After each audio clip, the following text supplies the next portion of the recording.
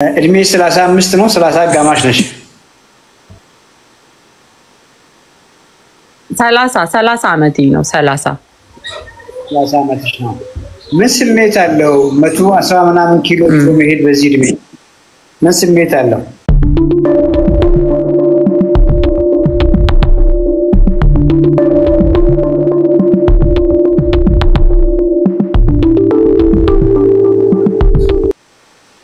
ያው ትልቅ አንደኛ ከሞራል ይጀምራል ልብስ የምፈልገው ልብስ አለብስም የሚሆነኝን እንጂ የምፈልገው ልብስ አለብስም ስገዛም እንደዛው የሚሆነኝ አለ ብዬ ነው የምገዛው ከዛ ደግሞ ሰዎች እይታ እንግዲህ አሁን እኔ እድሜ 30 ነው ስል ማንንም ሰው አያምነኝም 40 አመት ምናምን ነው እመመስላቸው እንደገና ያው እንደፈለኩኝ መንቀሳቀስ ምናምንም አልችልም እና በቃ ያው እንደዚህ አይነት ችግሮች አሉ ግን እነዚህ ክሮኒክ አይነት እንትኖች ዲዚዞች ምንም አይነት እስካሁን ድረስ እንትን አላልኩም ሃይፐርቴንሽንም ስኳር ምናምን እስካሁን ምንም እንትን አላልኩኝም ያው በዚሁ ከቀጠልኩ ስለማይቀር ብዬ ነው ወስኜ እንግዲህ ወደ እናንተ የመጣሁት yes so ሌላስ እንደው ስንወፍር ኤነርጂሽ እንዴት ነው እንቅልፍሽ እንዴት ነው ሙድሽ እንዴት ነው ታንኩራፊ ያለሽ ወይ ባለቤትሽ ምን ይልሻል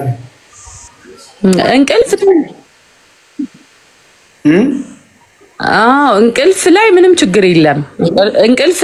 ችግር የለም ይሄ ከጤና ተያይዞ ምናምን ያለ ነገር ችግር የለም ግን ልጆቼን ምናምን እንደፈለኩኝ አሁን ተሯሩጬ ምናምን ማጫወት አልችልም እና ይሁን አሁን ማለት ሰው ሲያየኝ 105 ኪሎ ምናምን አልመስልም ቁመት ስላለኝ ይሆነ ስመዘን ራሱ ይደነግጣሉ ከተመዘንኩኝ በኋላ እንዴት ሆንሽ ምናምን ይሉኛል ረጅምም ስለሆንኩኝ የሆነ ነው መሰለኝ ሰዎች 105 ኪሎ አልመስላቸውም ወፍራም ነኝ ግን እንደዛ አልመስልም ስታይ ግን በቃ በጣም ሞራሊ ይጎዳል በጣም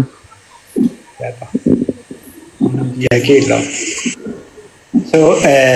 የ30 አመት ብዙ የምትንቀሳቀሽበት የምትሰሪበት የኮንፊደንስ ሌቭልሽ ከፍ ብሎ የምትኖሪበት እድሜ ሆኖ ሳለ ቅድም እንዳልሽው ያሳቅቃል በ25 አመት ስንት ነበር ኪሎሽ ታስታውሻለሽ ሃይስኩል ሆነሽ ምናምን ወይ ዩኒቨርሲቲ አው 65 70 ከ5 አመት በፊት በቃ 78 ኪሎ ነበርኩኝ እንግዲህ አስቢ ይሄ 78 80 አሁን እሳቢያችንን ከኪሎ ላይ እናንሳ ኦኬ አሁን እየነገርሽኝ ያለው 70 የነበረ ኪሎሽ 65 ነበርሽ ኦልሞስት 40 ኪሎ ኦቨር ፋት ነሽ ገብቶሻል ኦቨር ዌይት ነሽ እና ደግሞ ኦቨር ፋት ነሽ ወደ ፋት እናዙረው ክብደት ካለን ኪሎ ካለን ምንም ሴንስ የለም ግን ማወቅ ያለብሽ መቋቋም የማይችለው ከፍ ያለ ምን አለ ፋት አለ ምናወራው እዚህ ፕሮግራም ላይ አንቺን ከጊዜ በኋላ መጥቶ ሰውነትሽ ላይ የተጠቀጠቀውን ፋት ጡንቻሽን ሳነካ አንቺ ሳትቆጂ ቆዳሽ ሳይሰበሰብ አጥንትሽ እየተነከረ ያንን ፋት አስወግደን የልጅነት ኢነርጂሽን ከለርሽን ሁሉ ነገርሽ ወደ ኋላ ስለማመለስ ነው የምናወራው አጥንት ፋት ሎስ ነው የምናደርገው ዌይት ሎስ አይደለም አንዱ ካንዱ ይማራል አላማዬም እንደሱ ነውና በተለይ ሴቶች ብዙ ነገር ነው የምትሞክሩትና ምን ሞከርሽ ከዚህ ካንተ በፊት ከዚህ ማለት አሁን ባባካ አወራኝ በፊት ሎሚ እንደዚህ ዝንጅብል ምናምን ያፈላው ጠጥቻለሁ እንደገና ምግብ በቀን አንዴ እንጀራ ለመብላት ማለት በቀን አንዴ እየጾምኩኝ በቀን አንዴ ለመብላት ከዛ ስበላ ግን ያው እንጀራ ምናምን ነው በላው እንደዛ አይነት ነገሮች ሞክሬያለሁ እንደዚህ ከርከዴ ሻይ ምናምን ያከሳል ይያሉ ምናምን እንደዚህ ዝንጅብል ሻይ እንደዛ ምናምን ያረኩኝ ብዙ ነገር ሞክሬያለሁ የሚጠጡ ነገሮች ማለት ነው ለውጥ ነበረው ለውጥ የለውም የሚገርም የዛሬ አመት የፋሲካ ጾም ነበርና የፋሲካ ጾም እንዴት ነው የጾምኩት መሰለ ጾም ነበር እንደገና እንደዚህ ጾሙን አየይዤ ሰውነቴ ላይ በቃ ለውጥ ማምጣት አለብኝ ብዬ እስከ 12 ሰዓት ላይ ነበር የምበላው ቀኑ ሙሉ የጾምኩኝ ማለት ነው ግን ስበላ እንጀራም በቃ ያገኘሁትን ነገር ነው መበላው እና በደንብ ጥግብ እስክል ያገኘሁትን ነገር በልቼ በቃ ቡናም ሻይም በስኳር ነበር የምጠቀመው ምናምን እና አሁን በቃ ምንም ለውጥ የለም። ልክ ጾሙ አልቆ ስመዘን ኪሎ ምንም ለውጥ የለኝም። ተመሳሳይ ነው ኪሎዬ ማለት ነው እና በቃ እኔ ተፈጥሮ ይሆናል ማለት ነው ምናምን ብዬ እንደውም ከዛ በኋላ ተስፋ ቆርጫለሁ። በአመጋገብ ምናምን ትቼ እንደዚህ የሚጠጡ ነገሮች ምናምን እንደዚህ ዝንጅብል ምናምን ሎሚ ምናምን ያረኩኝ የሞክር ነው። እነሱስ ለውጥ ያመጣሉ ያከሳሉ እንዴ? ሎሚ እና ዝንጅብል ምን አስተዋልሻለች? ከዛ በኋላ ማለት ነው ምን ለውጥ ነበረው ላንቺ? የሚጠጣው ያልሽው ለውጥ ነበረው? እንደዚህ ጥቅም ነበር። ሙቅ ውሃ በሎሚ ስትሆን ቅልል የማለት እንጂ የማክሳት ነገር የለውም። የሆነ ውስጥህን ግን ሳይኮሎጂካሊ ነው አላውቅም፣ ውስጤ ግን ቅልል ይለው ነበረ።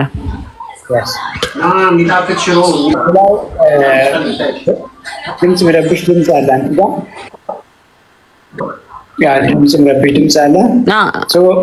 በቀን አንዴ ቅድም ያልሽው ነገር ምንድነው? በቀን አንዴ ነው የምትበይው ግን እነዛን ምግቦች ናቸው የምትበያቸው እና አንድ ጾም ያለው በምን ሐሳቤ በጣም ነው የምንበላው። ገብቶሻል? ጾም ያለው ብለን ነው የምናስበው በኮንፊደንስ ነው የምንበላው። እሱም አንድ ችግር ነው። እዚህም ደግሞ ክብደት ልትቀንሺ ትችያለሽ። ያ የክብደት አቀራረጽ ጤናማ አይሆንም። ምክንያቱም ጡንቻሽን ጭምር ነው የምታጪው። አንቺ ግን የምትፈልጊው ጡንቻሽን ማጣት አይደለም አይደል? አጥንትሽን ማጣት አይደለም። ጠንካራ አጥንት ጠንካራ ኖሮሽ ማትፈልጊው ፋት እንዴ የምትፈልጊውና ቅድም ያልሽው ፋስቲንግ በዛ ምክንያት እናወራው ቅድም እንዳልኩሽ ቦዲሽን ያንቺን ሰውነት ሪኮምፖዚሽን ማድረግ ነው።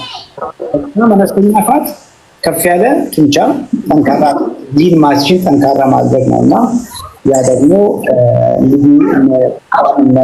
ነገሮች አሁን ሄዝ ላይ ምንድን ነው ነገሮች እነዚህ ፕሮሰስ ሆኑ ከዱቄት የሚሰሩ ልታቆሚ ነገሮች ጣፋጭ ምግቦችን ስኳር ለስላሳ ጁስ ምናምን ልታቆሚ ነገሮችና ያስኩት ዛሬ ምን በላሽ?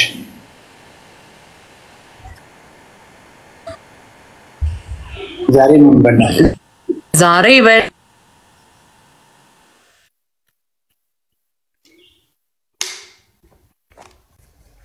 ጠፍቷል ድምፅሽ።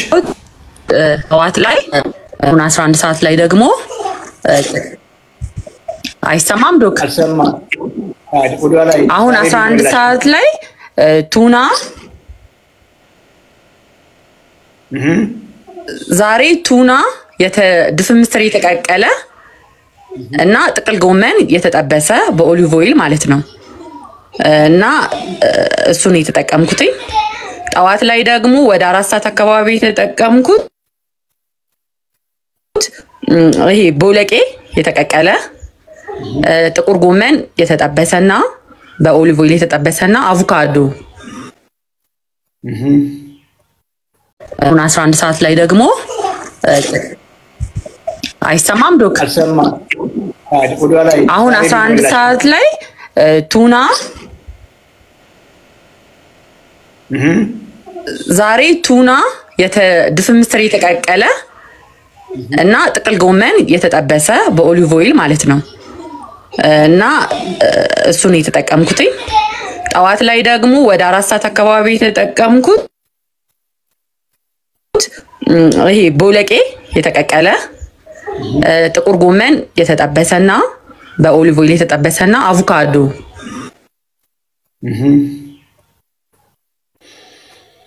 ስንት ሰዓት ነው አንቺ ጋር ኢትዮጵያ ውስጥ ነው ያለሽው?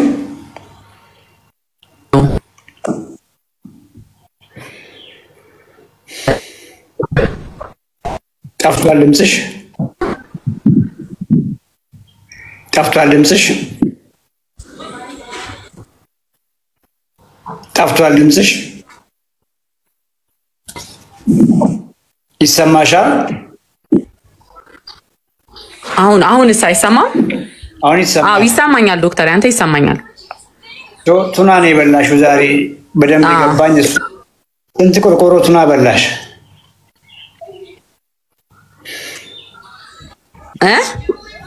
ስንት ካን ነው? ስንት እሽግ ናት?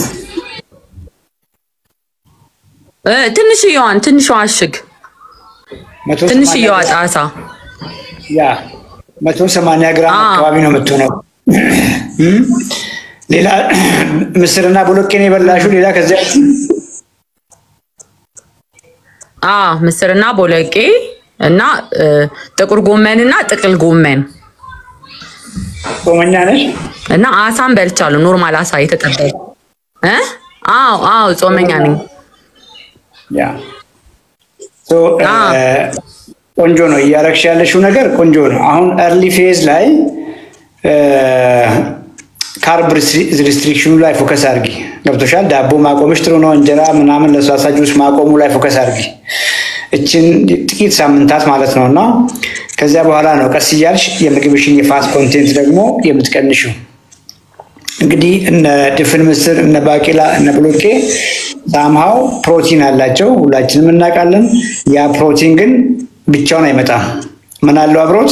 ከፍ ያለ ካርቦሃይድሬት አለው አይደል አብሮት። ያም እንዳለ አትርሺ። መብላት ካለብሽ አስቀድመሽ እነዚህ ቅድም ያልሽውን አሳ ነክ ነገሩን ቀድሞ መብላት ቆንጆ ነው። ምክንያቱም አሳ ቀድመሽ ስትበይ አንድ ከዛ ከቦሎቄው ወይ ከድፍን ምስር የሚመጣው ስኳር ከፍ እንዳይል ኢንሱሊን ሆርሞኑን ከፍ እንዳያደርግ ያግዝሻል። ሁለት ደግሞ ፕሮቲን ፕሪሎድ ስናደርግ ቀድመን ፕሮቲን ስንበላ ብዙም እንዳንበላ ብዙ ባቄላ እንዳትበይ ብዙ ምስር ሳትበይ እንድትጠግቢ ያደርግሻል። ያ ማለት ምንድነው? የሚመጣውን ካሎሪ ሳማው ኮንትሮል ያደርግሻል ማለት ነው። አትክልትም ካለ አትክልቱንም ቀድመሽ አሳውን ቢ ዘን አትክልት ነገሩን ቢ አቮካዶ መጨመር ካለብሽ ጨምሪ። መጨረሻ ላይ አርጊ። ለድፍን ምስሩን እና ቦሎቄውን መጨረሻ ላይ አርጊ። ቁርስ ላይ ፎከስ አርጊ። ጠግበሽ ቢ ገብቶሻል? ምትጠግቢውን እንዳይሆን ጥንቃቄ አርጊ። ምትጠግቢው በአቮካዶ መሆን መቻል የለበትም።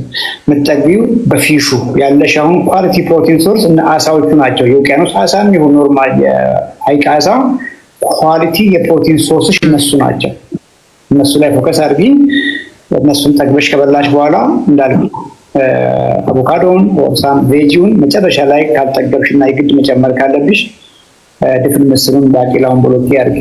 ትልቁ ነገር ገብቶሻል? በቀን ውስጥ ማግኘት ያለብሽን የፕሮቲን መጠን ማግኘት መቻል አለብሽ እና ዛሬ የበላሽው ኦልሞስት ማግኘት ያለብሽን ግማሹን እንኳን አላገኘሽም። ገባሽ? ቢያንስ ማንም ይሄንን ፕሮግራም የሚሰማ ሚኒመም 3 ዲጂት ፕሮቲን 3 ዲጂት ማለት ለምሳሌ 90 ነው አይደል? 2 ዲጂት ነው ሎ ነው ማለት ነው ለአንድ አዋቂና 100 ፕላስ። ምክንያቱም ይለያያል ሁላችሁም ያው ካልኩሌሽን ይፈልጋል የራሱ ግን ሚኒመም ለማንም አንድ አቨሬጅ አደልት 3 ዲጂት ፕላስ የሚለውን ነገር መያዝ ብንችል ቆንጆ ነውና 100 ግራም ፕሮቲን እንግዲህ 100 ግራም ፕሮቲን 100 ግራም ስጋ አይደለም። ብዙ ጊዜ ሰምተሽ ከሆነ ኦልሞስት አሳ የዶሮ ስጋ ቀይ ስጋ ሩቡ ያክል ብቻ ነው ፕሮቲን። ገብቶሻል? 1 ኪሎ ስጋ 1 ኪሎ ግራም ፕሮቲን አይደለም። ሰዎች እንደዛ ነው የሚበሉት አይደለም። 1 ኪሎ ስጋ ኦልሞስት ሩቡ ብቻ ነው ፕሮቲን፣ 250 ግራም ብቻ ነው ፕሮቲን። ከዛ ውጪ ስጋ እንደምታውቂው ውሃ አለው አይደለ? ከፍ ያለ ውሃ ነው ያለው እንግዲህ ስጋ። ከዛ ውጪ ፋት አለው፣ ሌሎች ስትራክቸሮችም አሉና 100 ግራም ስጋ 100 ግራም ፕሮቲን አይደለም ያልኩሻለሁ። ለምሳሌ ከአሳ ብቻ እንግዲህ እየበላሽ ያለሽው አሳ ነው ኳሊቲ ፕሮቲን ሶርሶች ብዬሻለሁና አሳ ብቻ ላገኝ ብለሽ 100 ግራም ወደ 400 ግራም አሳ መብላት አለብሽ ማለት ነው። ከግማሽ ኪሎ ዝቅ ያለ ከግማሽ ኪሎ ዝቅ ያለ አሳ 400 ግራም በተለይ አሁን 100 ግራም አጣሽ። ኤግዛክትሊ ከ100 በላይ ነው አንቺ 175 ነሽ ዛዝቼ ካልሆነና 175 ከሆንሽ የፕሮቲን ዲማንድሽ ከፍ ያለ ነው። ከ100 ግራም ከፍ ያለ ነው። ምን ያልኩሽ ነው? ከ400 ግራም አሳ ከፍ ያለ ነው ያልኩሽ ያለውና ይሄ ጋይዳንስ ይችላል ብያስባለሁ። ዋናው ነገር በቀን ውስጥ ማግኘት ያለብን ኳሊቲ ፕሮቲን በሰውነት ያለ እሱን መልሽ። ከዚያ በኋላ የምትወስጂው የካርቦሃይድሬት መጠን የምትወስጂው የፋት መጠን ባለሽበት ሜታቦሊክ ስቴት የሚወሰድ ነው። እሺ ዶክተር፣ እሺ ኮምፕሊኬት አድርጌብሽ እንዳይሆን ትንሽ ሀሳቡ መጣልሽ አይደለም? አይ ግልጽ ነው። አሳው ላይ ፎከስ አድርጊኝ ያልኩሽ ተፈሻል። አሳ እኛ ሀገር አሳዎች ፍሬሽ ሌክ አሳ የአርባ ምንጭ አሳ የዝዋይ አሳ ሪሊ ላይ ሌሎች የዚህ ሃይቅ አሳዎች ቆንጆ ናቸው። ከዛ ውጪ ናይል ፐርች አለ፣ ዋይት ፊሽ አለ፣ የውቅያኖስ አሳዎችም አሉ። ቅድሚያጂ መሰልኑ መጥና እነሱን ደግሞ ሰብን ፍላውን ሞር ኦፍ በዘይት የታሸጉ ሳይሆኑ በውሃ የታሸጉ ላይ ፎከስ አድርጊ። ወይ ደግሞ በቲማቲም የታሸጉ ላይ ፎከስ አድርጊ። ምክንያቱም ያ የታሸገበትን ዘይት እንኳን ብታፈሽው አሳው መጥቶታል፣ ዘይት መጥምጥ አድርጎታል። ያ ዘይት ከፍተኛ ኤነርጂ ነው ባይዘይ ይላታል። yes እሺ ዶክተር ገብቶኛል። አመሰግናለሁ በጣም እሺ አመሰግናለሁ። አዎ ይሰማኛል፣ ይሰማል። አመሰግናለሁ በጣም እሺ ዶክ እሺ ዶክተር እሺ ቴንክ ዩ በጣም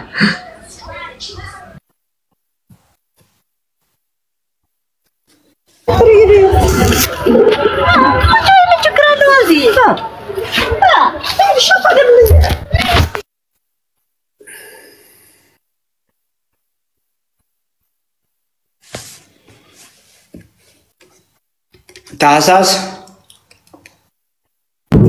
አቤት ዶክተር እንዴት ነህ? እግዚአብሔር ይመስገን አለሁልህ። ሁሉ ሰላም? ሁሉ ሰላም ነው፣ ሁሉ መልካም ነው። ተጠፋፋን ስለመጣ ደስ ብሎኛል። እንግዲህ ላይቭ ላይ ዛሬ ነው ያገኘው። ይገርምሃል